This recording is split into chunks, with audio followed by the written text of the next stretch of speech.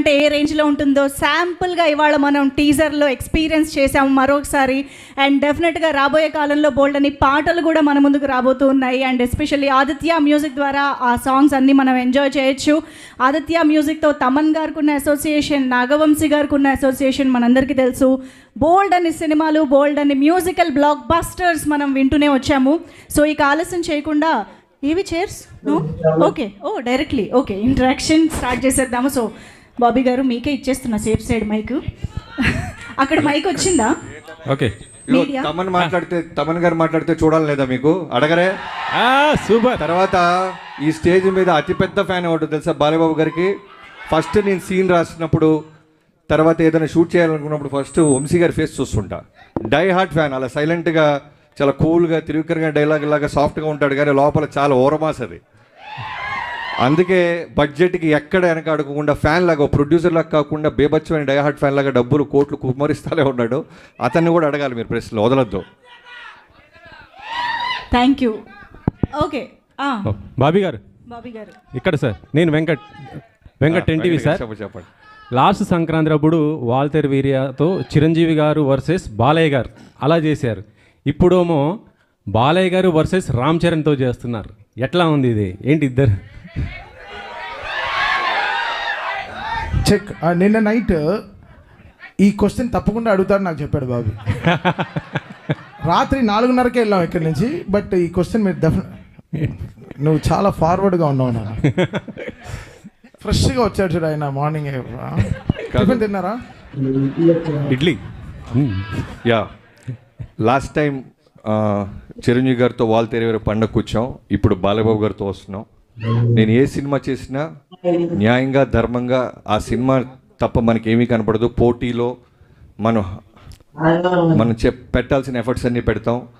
తర్వాత ఈ సినిమాకి సంబంధించిన ప్రతి పాజిటివ్, ప్రతి సక్సెస్లోనూ, ప్రోగ్రెషన్లోనూ చిరంజీవి గారు అన్నీ నేను షేర్ చేసుకుంటుంటాను చిరంజీవి గారికి.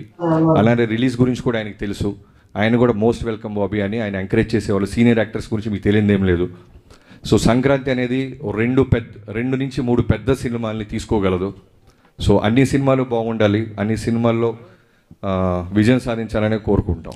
బాలయ్య గారి ఫ్యాన్స్కి వాళ్ళకి కావాల్సిన ఒక మాస్ ఎలిమెంట్స్ ఇప్పుడు టీజర్లో మీరు చూపించారు కదా, ఇంకా ఏం ఎక్స్పెక్ట్ చేయొచ్చు దాంట్లో నుంచి?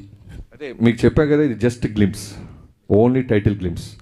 ట్రైలర్, సాంగ్స్, ఫుల్ సినిమా వచ్చేసరికి మీకు అర్థమైపోద్ది. Just glimpse.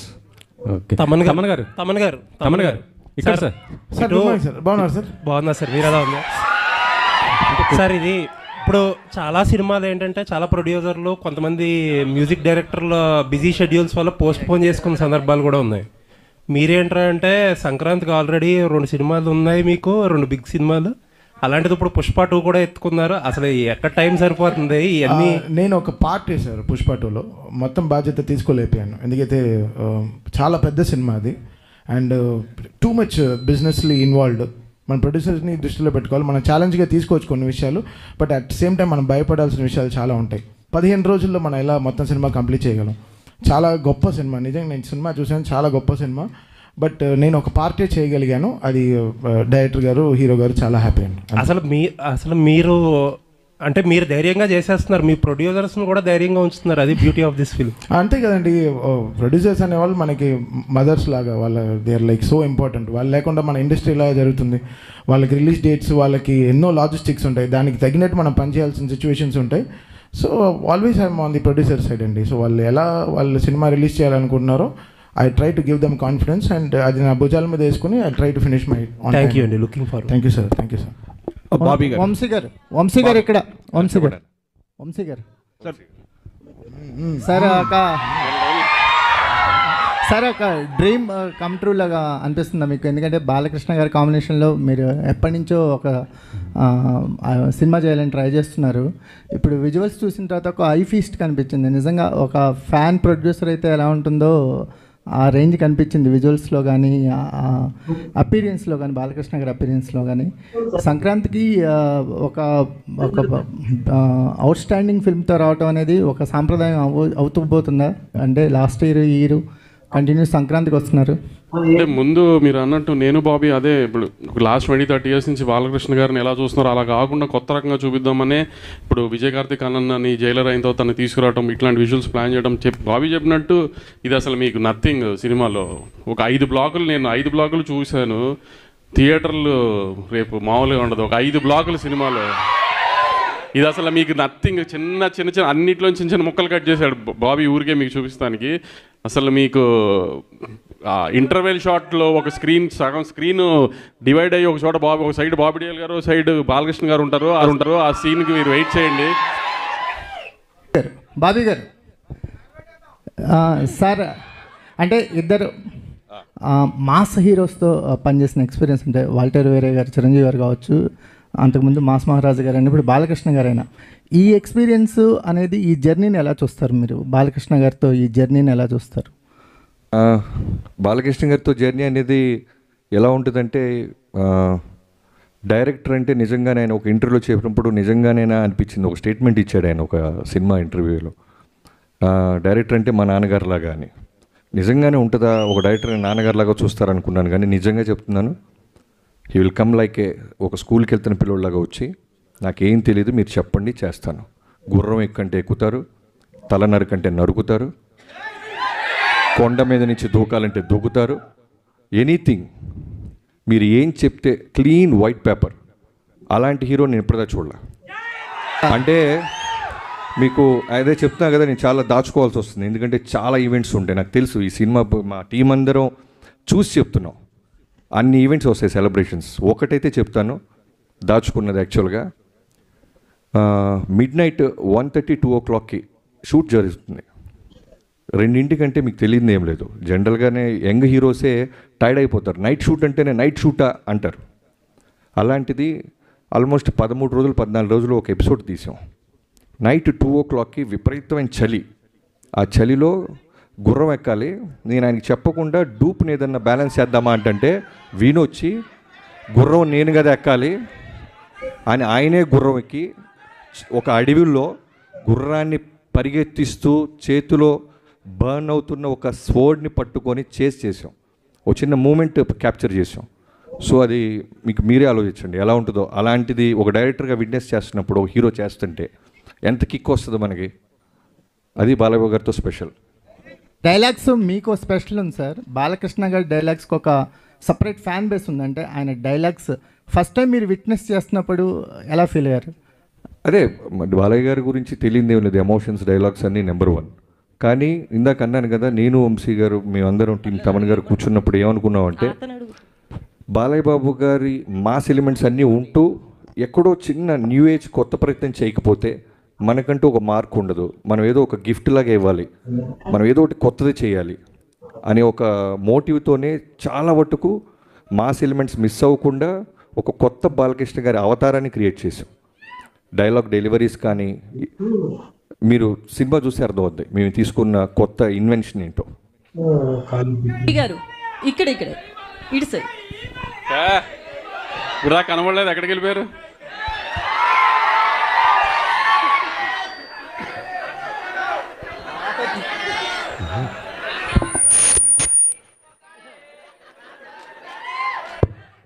ఇక్కడ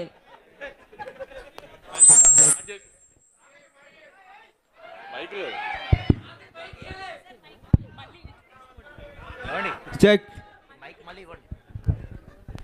సాధారణంగా ఈ రిలీజ్ డేట్లు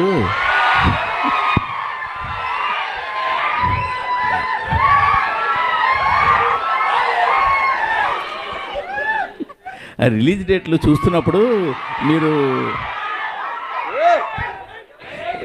రిలీజ్ డేట్లు చూస్తున్నప్పుడు సాధారణంగా మీరు అవతల కాంపిటేటివ్గా ఏ సినిమా వస్తుంది, సీజన్ ఎలా ఉంది, ఇవన్నీ చూస్తుంటారు అందరూ కూడా. బట్ మీ వరకు వచ్చేసరికి అవతల ఏ సింపతి కార్డు ఉన్న సినిమా వస్తుందా అని చూడాలని కూడా పరిస్థితి వచ్చినట్టుంది గత జనవరిలో కానీ ఈ నెలలో కానీ రిలీజ్ అయిన సినిమాలు చూస్తుంటే. ఇది మీరేమంటారు దాన్ని? అంటే 2 సినిమాలకి కంటెంట్ కంటే సింపతి ఎక్కువ వర్కౌట్ అయిందంటారు వాళ్ళకి. నేను అడుగుతున్నాను మిమ్మల్ని. కంటెంట్ కానీ కంటెంట్ ఉంటేనే వర్కౌట్ అవుద్ది. బట్ గమ్మత్ ఏంటంటే మీరు గుంటూరు గారం కలెక్షన్స్ కానీ ఇప్పుడు వస్తున్న లక్కీ భాస్కర్ కలెక్షన్స్ కానీ మంచి కలెక్షన్స్. కానీ ఈ హడావిడి మధ్యలో అవి కనపడకుండా అయిపోయాయి కదా. ప్రశ్న మంచి ప్రశ్న, మీకు మంచి ఫ్యూచర్ ఉంది. నాకేం అర్థం కాలేదు ఏం కావట్లేదు ఏం చెప్పాలి. ఎందుకంటే నా సినిమాల మీదకి వచ్చినప్పటికే కరెక్ట్గా ఇట్లాంటి బాంబులు పేలుస్తున్నారు అంతా. అది దాని కారణం ఏమంటారు? అంటే నా సినిమా మీద ఏదైనా సినిమా వస్తుంటే అందరు కష్టాలు గుర్తొస్తున్నాయి. అదేంటో నాకు అర్థం కావట్లేదు. ఇక నుంచి అదే బాబీ గారిని అడిగాను, నేను బాబీ గారు ఏదైనా కష్టం ఎతకాలి సంక్రాంతికి, లేకపోతే సార్.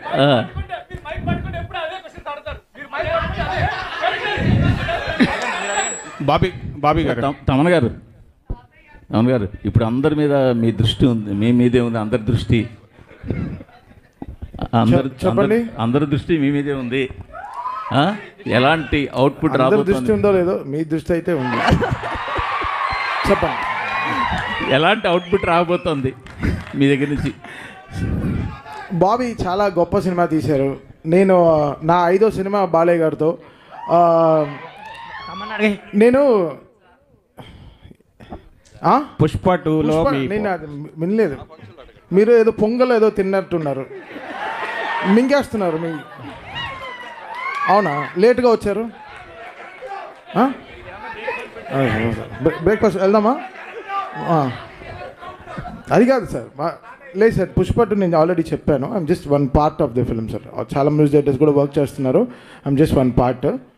బట్ అవుట్పుట్ అయితే అదిరిపోయింది. సినిమా అయితే మామూలుగా లేదు. సో నేను సినిమా చూసాను, ఎడిటింగ్ రూమ్లో నేను చూసిన ఒక సినిమాలో ఇంత హై ఇచ్చింది పుష్ప 2 నాకు చాలా హై ఇచ్చింది. నేను చాలా ట్రూగా ఉన్నాను. నా వల్ల చేయగలిగాను, చేశాను సార్. అంతే. బాబీ గారు, డైరెక్టర్ బాబీ గారు సార్,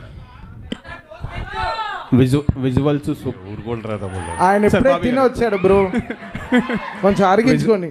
విజువల్స్ చాలా బాగున్నాయి, సూపర్గా ఉన్నాయి. మీరు చెప్పిన దాంట్లో చూస్తే మొత్తం యాక్షన్ గురించే చెప్తున్నారు, నరుకుడు కుర్రం ఎక్కడం ఇదని. దీంట్లో ఎమోషన్ పార్ట్ ఎంతవరకు ఉంటుంది, ప్లస్ టైటిల్ కూడా డిఫరెంట్గా ఉంది, డాకు మహారాజ్. సో దానికి ఏమైనా జస్టిఫికేషన్ చెప్పగలరా ఇప్పుడు, లేదంటే థియేటర్లో చూడాలా? బాలకృష్ణ గారి సినిమాలో నాకు బాగా నచ్చిన సినిమాలో నరసింహనాయుడు, సమరసింహారెడ్డి, ఈ సినిమాలు ఫస్ట్ నుంచి ఆర్డర్ వైజ్ వస్తాయి. నాకు బాగా ఇష్టం, ఎన్నోసార్లు చూస్తాను, ఇప్పటికి కూడా చూస్తుంటాను. సో దాంట్లో ఎంత ఎమోషన్ బ్యూటిఫుల్గా ఉంటుందో ఆ లెవెల్లోనే దానికి మించి ఉంటుంది. చాలా బ్యూటిఫుల్ ఎమోషన్ కుదిరింది. అండ్ ఈ ప్రశ్నని చాలా ఎర్లీ కొంచెం ట్రైలర్ స్థాయి వచ్చిన తర్వాత మాట్లాడుకుందాం. సార్ తమన్ గారు ఇక్కడ హాయ్. బీజిఎం చాలా ఎక్స్ట్రాడినరీగా ఉంది, బీజిఎం చాలా బాగుంది. అండ్ నాగవంశి గారు రీసెంట్గా ఒక ట్వీట్ వేశారు, బాలకృష్ణ గారి సినిమాకి తమన్నా ఎందుకు ఉండాలో రేపు చూస్తారు అన్నట్టు. సో అది తెలుస్తుంది. అండ్ బాలకృష్ణ గారు అనగానే మీకు ఒక పూనకం వచ్చేస్తుంది, ఒక వైబ్ వస్తుందా? బాలకృష్ణ గారు అంటే కాదు, నేనంటే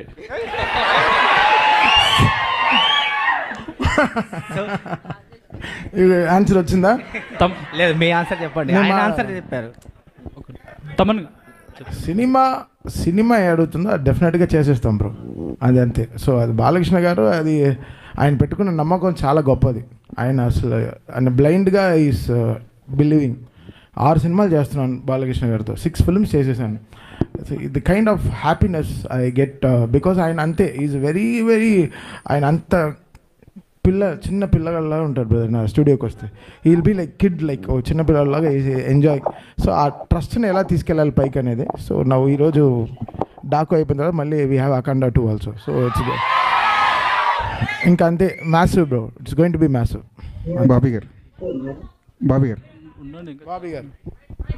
ముందుగా మీ అందరికీ యుగంధర్ గారు, మీరు చూసిన ఒక వరల్డ్, ఆ సీజీలన్నీ కేర్ తీసుకొని బాలకృష్ణ గారిని అందంగా మాతో పాటు అందంగా ఉండేలాగా రోజు హోంవర్క్ హార్డ్ వర్క్ చేస్తున్న ఆయన. సార్ బాబీ గారు, చిరంజీవి గారితో సినిమా చేస్తున్నప్పుడు బాబీ చిరంజీవి ఫ్యాన్ అయిపోతాడు. బాలకృష్ణ గారి సినిమా తీస్తున్నప్పుడు మీలో ఒక బాలకృష్ణ ఫ్యాన్ కనిపిస్తున్నాడు. ఏంటి ఆ వేరియేషన్స్ ఎలా వస్తుండే సినిమాకి? ఇప్పుడు జనరల్గా నేనే కాదండి, ఎనీ టెక్నీషియన్, ఫస్ట్ మా డైరెక్టర్ గురించి చెప్పాలంటే మేము ఏ హీరోతో చేస్తున్నా వాళ్ళు తప్ప మాకు ఎవరు కనపడరు. ఆ హీరోనే మాకు దేవుడు, ఆ హీరోనే మాకు సర్వం. సో ప్రాణం పెట్టేస్తాం. ఈవెన్ మీరు గమనిస్తే లొకేషన్లో ఆ సినిమా అయిన జైలోకి చేస్తున్నప్పుడు తారక్ గారు, రవితేజ గారితో చేస్తున్నప్పుడు రవితేజ గారు, ఆ సినిమాకి మేము ఏం పెట్టాలో అది పెట్టేస్తాం. వాళ్ళు మాకు సూపర్ హీరోస్ అంతే. వార్ ఎపిసోడ్స్కి ఎంత ప్రాధాన్యం ఉంది, ఎంత నీడి ఉంటుంది ఏంటండి? వార్ ఎపిసోడ్స్ గురించి చెప్తున్నారు కదా. వార్ ఎపిసోడ్స్ కాదు, మీరు చూసిన శాండ్ స్టామ్ అయి ఉండొచ్చు, horse episodes, not only horse, చాలా అన్ని రకాల ఫైట్స్ ఉంటాయి, అన్ని రకాల ఎమోషన్స్ ఉంటాయి దీంట్లో. అన్నీ కలిపి చెప్పాను కదా ఇందాకే, మళ్ళీ అంతకుముందు చూసిన బాలకృష్ణ గారి సినిమాలకి చాలా డిఫరెంట్గా ఒక కొత్త అవతారాన్ని చూడబోతున్నారు అంతే. బాబీ గారు ఇక్కడ బాబీ గారు అయితే అన్స్టాపబుల్ కాదు, లేడీస్ ఫస్ట్. Thank you. అయితే చాలా టైటిల్స్ అనుకున్నప్పటికీ 3-4 టైటిల్స్ డాకు మహారాజ్ అనేది బాలయ్య గారే ఇష్టపడి సెలెక్ట్ చేశారని చాలా వైరల్ అవుతుంది ఆ న్యూస్. నిజంగా ఆయన ఈ టైటిల్ని యాక్సెప్ట్ చేశారా, లేకపోతే మీరు అనుకుని పెట్టిందా? టైటిల్ ఆప్షన్స్ ఇప్పుడు బాబీ గారు ఆప్షన్స్ ఇచ్చిన దాంట్లో ఫస్ట్ మాకు ఇదే బాగా నచ్చింది. మేమిద్దరం బాగా ఫిక్స్ అయిన తర్వాత ఇంకా హీరో గారికి చూపించిన తర్వాత హీరో గారు కూడా మీరు అంత కాన్ఫిడెంట్ ఉన్నారు కదా వెళ్ళిపోదామని అన్నారు. ఏం ఆయన ఎప్పుడు డినై చేయలేదు అలా ఏమి. బాలకృష్ణ గారు ఏ విషయంలోనూ ఆయన కమెంట్ చేయరు. ఎనీథింగ్ డైరెక్టర్ నచ్చిందా, డబ్బు పెడుతున్న నిర్మాత హ్యాపీయా, ఈ రెండే. ఎనీథింగ్ మీరు మ్యూజిక్ తీసుకోండి, ఎనీథింగ్ మీరు ఏం తీసుకున్నా director captain of the ship. ఆయన కథ చూస్తాడు, ఆయనే ఫైనల్ అవుట్పుట్ ఆయన మైండ్లో ఉంటుంది, ఆయన చెప్పింది మనం చేయాలి, అంత క్లియర్గా ఉంటారు. బాబీ గారు ఇక్కడ అన్స్టాపబుల్ ముందు బాలకృష్ణ గారు వేరు, అన్స్టాపబుల్ తర్వాత బాలకృష్ణ గారు వేరు. హ్యూమర్ చాలా అందరికీ తెలిసింది. వాల్తేరు వీరలో చిరంజీవి గారితో చాలా కామెడీ చేయించారు. ఇందులో కూడా బాలకృష్ణ గారి హ్యూమర్ చూడొచ్చా? అన్స్టాపబుల్ తర్వాత బాలయ్యబాబు గారు వేరు అన్నట్టే, డాకు మహారాజ్ తర్వాత బాలయ్యబాబు గారు వేరు అన్నట్టు ఉంటుంది అంతే. Wish all the best. Thank you. Bobby అన్నా చెప్పండి అన్న. తాత కాదు తమ్ముడు. ఏంటి sir me fans following? Thank you sir. అందరికీ ఒకళ్ళు ఇద్దరు మనవాళ్ళు ఉంటారు సార్. నాకు 100 లక్షలాది మంది. డైరెక్టర్ ఇన్ ద సెన్స్ ఈ మధ్యకాలంలో బాలకృష్ణ గారిది సినిమాల పరంగా కానీ, రాజకీయంగా కానీ, ఈ షో పరంగా కానీ ఒక అన్స్టాపబుల్ ఇమేజ్, ఇన్క్రెడిబుల్ ఇమేజ్ అనేటువంటిది పెరిగింది. ఇంతకుముందు బాలకృష్ణ గారికి ఇప్పుడు బాలకృష్ణ గారి ఇమేజ్లో చాలా చాలా డిఫరెన్స్ ఉంది. ఇలాంటి టైంలో అలాంటి ఒక ఫైర్ బ్రాండ్ స్టార్ని హ్యాండిల్ చేయటం అనేటువంటిది ఒక ఛాలెంజ్.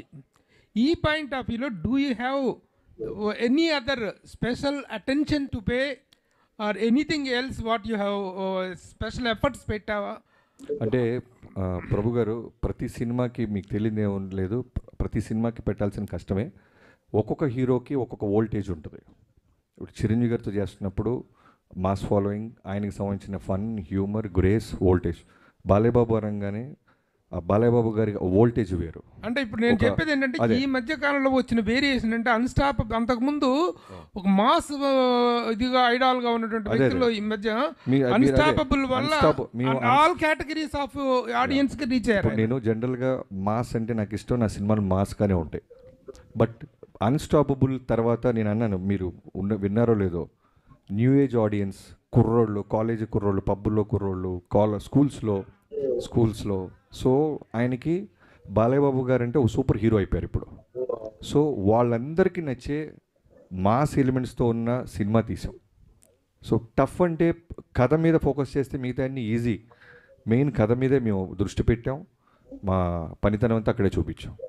అట్లాగే ఇమేజ్తో పాటు ఒక రెస్పెక్ట్ కూడా పెరిగింది. 3 సార్లు ఎమ్మెల్యే ఆయన, హ్యాట్రిక్ కొట్టినటువంటి ఒక ఎమ్మెల్యే, బాధ్యత గల రాజకీయ నాయకుడు.